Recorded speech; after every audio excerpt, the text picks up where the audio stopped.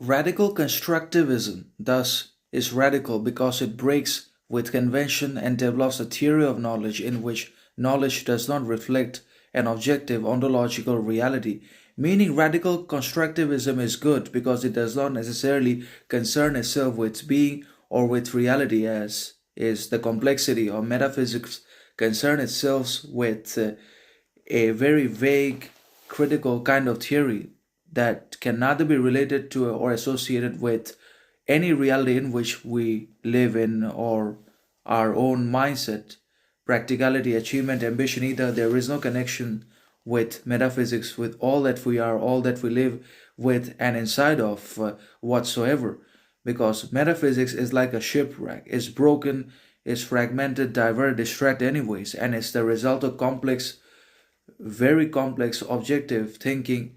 that does not really relate to or exist in reality anyways. But then again, radical constructivism is good because it breaks with convention and develops a theory of knowledge in which knowledge does not necessarily reflect an objective ontological reality. So obviously, radical constructivism breaks away with convention, and it literally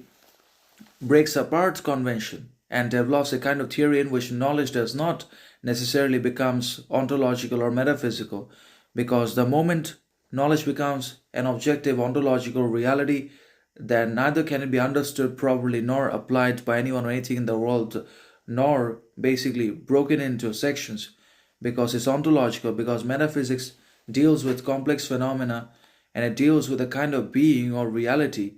that can neither be understood nor traced nor basically applied to by anyone or anything in the world. And that's why radical constructivism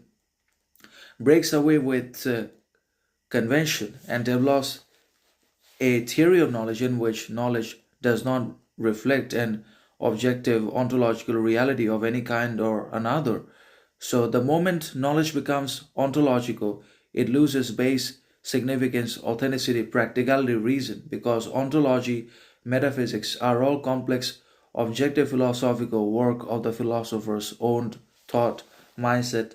and they cannot be literally associated to, or they do not resemble any of the reality we have invented and also inside of which we live in.